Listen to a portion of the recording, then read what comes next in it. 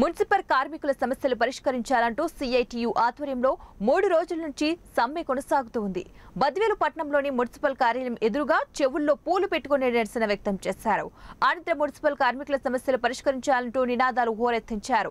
ఈ సందర్భంగా బద్వేలు సిఐటియు కోశాధికారి శివకుమార్ మాట్లాడుతూ సుప్రీంకోర్టు ఇచ్చిన తీర్పు ప్రకారం సమాన పనికి సమాన వేతనం ఇవ్వాలన్నారు.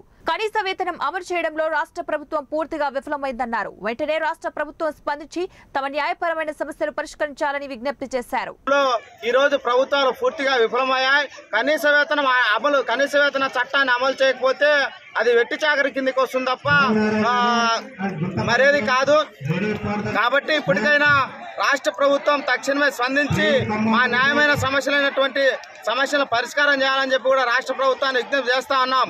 ఇప్పుడున్నటువంటి పాలకులు చెప్తా ఉన్నారు, అధికారులు చెప్తా ఉన్నారు, ప్రపంచాన్ని గడగడలాడించినటువంటి కరోనా టైంలో ఫ్రంట్ లైన్ వారియర్గా పనిచేసినటువంటి పారిశుద్ధ్య కార్మికుల సేవలు వెలకట్టలేనివి, మీకు ఏమిచ్చినా కూడా మీ రుణం తీర్చుకోలేదని చెప్పి అవసరం ఉన్నప్పుడు ఒక విధంగా, ఇప్పుడు అవసరం తీరిపోయిన తర్వాత ఏమిచ్చినా మీ విలువ తీర్చలేనన్నటువంటి పాలకులు ఈరోజు కార్మికులను రెగ్యులర్ చేసేదానికి ఎందుకు ఒప్పుకోవడం లేదు?